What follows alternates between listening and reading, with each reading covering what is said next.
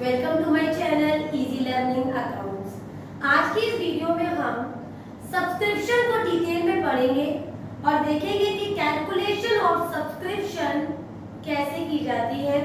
मैंने बोर्ड पे सबसे पहले what do you mean by subscription लिखा हुआ है, जो मैंने इंपॉर्टेंट टर्म्स में भी आपको बताया था कि सब्सक्रिप्शन वो हाईएस्ट अमाउंट को कहते हैं जो एनपीओ के पास रिसीव होती है, नॉन फॉर प्रॉफिट ऑर्गेनाइजेशन की मेन सोर्स ऑफ इनकम को कहते हैं, जो नॉन फॉर प्रॉफिट ऑर्गेनाइजेशन के जो मेंबर्स होते हैं वो अपने कंपनी में, अपने ऑर्गेनाइजेशन में देते हैं, चाहे वो ईयरली दे, चाहे 6 मंथ्स बाद दे दे या फिर क्वार्टरली उस पेमेंट को दे रहे हैं।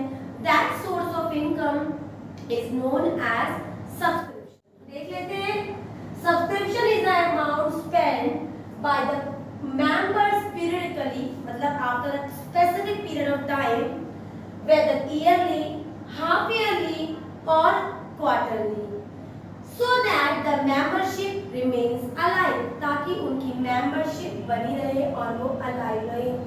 This is the main source of income in not for profit organization। इसको basically क्योंकि ये रिसीव हो रहे हैं तो रिसिप्टेंट पेमेंट अकाउंट में ये रिसिप्ट में दिखाया जाता है, और क्योंकि ये रेवेन्यू रिसिप्ट है बेटा तो ये ट्रांसफर हो जाता है हमारा इनकम एंड एक्सपेंडिचर अकाउंट में। When we prepare income and expenditure account by seeing the information in receipt and payment account. अब कभी-कभी क्या होता है, एडजस्टमेंट्स दिए हुए होते हैं क्वेश्चंस में, by seeing that adjustment we have to add some value or deduct some value to get the amount which has been transferred in the income and expenditure account by subscription। subscription हमेशा income and expenditure account में receipt से cross होके income में चला जाता है। इसको मैं पहले टेबल शोइंग सब्सक्रिप्शन की कैलकुलेशन दिखाऊंगी, फिर वही कैलकुलेशन को मैं इसको इन द प्रॉपर अकाउंट इसकी कैलकुलेशन कैसे होगी हम वो भी देखेंगे, और उससे बेस हम देख लेते हैं। मैंने एक फॉर्मेट बनाया रखा है, टेबल शोइंग सब्सक्रिप्शन अमाउंट। बहुत इजी होता है, सब्सक्रिप्शन का जो अमाउंट रिसीव्ड है रिसिप्टेंट पेमेंट अकाउंट से सबसे पहले बेटा वो लिखेंगे।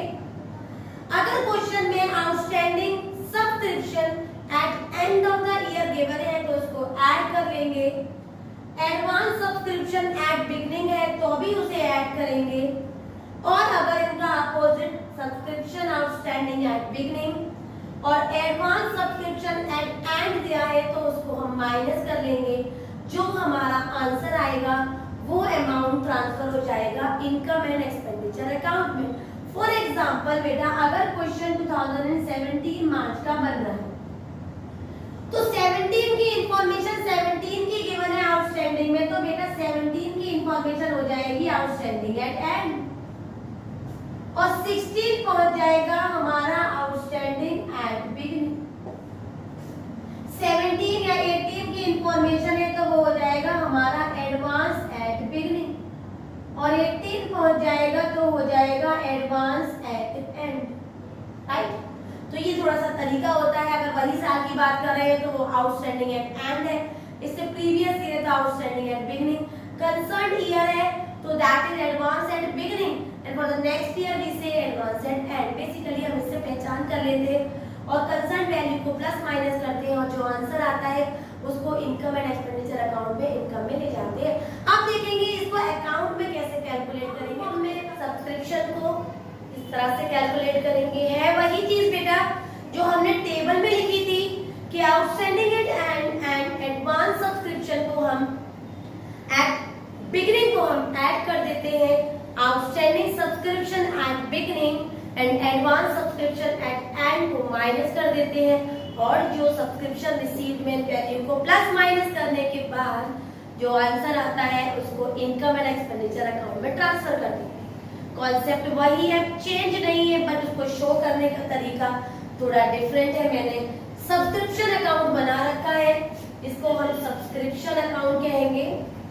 जो बैलेंस सब्सक्रिप्शन का रिसीव ड्यूरिंग द ईयर है उसको हम यहाँ लिखेंगे।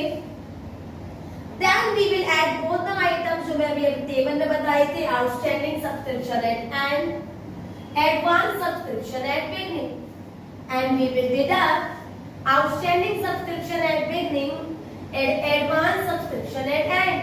The balance so comes, we will transfer to the income and expenditure account. This is the subscription account which is used in order to calculate the amount of subscription to be transferred to the income and expenditure. एक question लिखा हुआ है बेटा, ये TS Grade 2020 page number 1.63, question number 16, calculation of subscription amount to be transferred to the income and expenditure account. Question है, during the year 31 March 2020 subscription received is 4,20,000. तो मैंने लिखा subscription received during the year is 4,20,000. This is what I am doing. I am doing table showing subscription amount, right? These subscription include 14,000 received during 31 March 2019. This is advance subscription at beginning, right? और advance subscription at beginning को हम less कर देंगे, तो advance subscription at beginning on 31 March 2020 subscription due but not received, हम add करेंगे outstanding subscription at end. Clear है? Next, identify the amount transferred to the income and expenditure account. तो मैंने क्या किया, मैंने देखा कि मेरे पास ड्यू गिवन है एट एंड का, मैंने उसे ऐड कर लिया,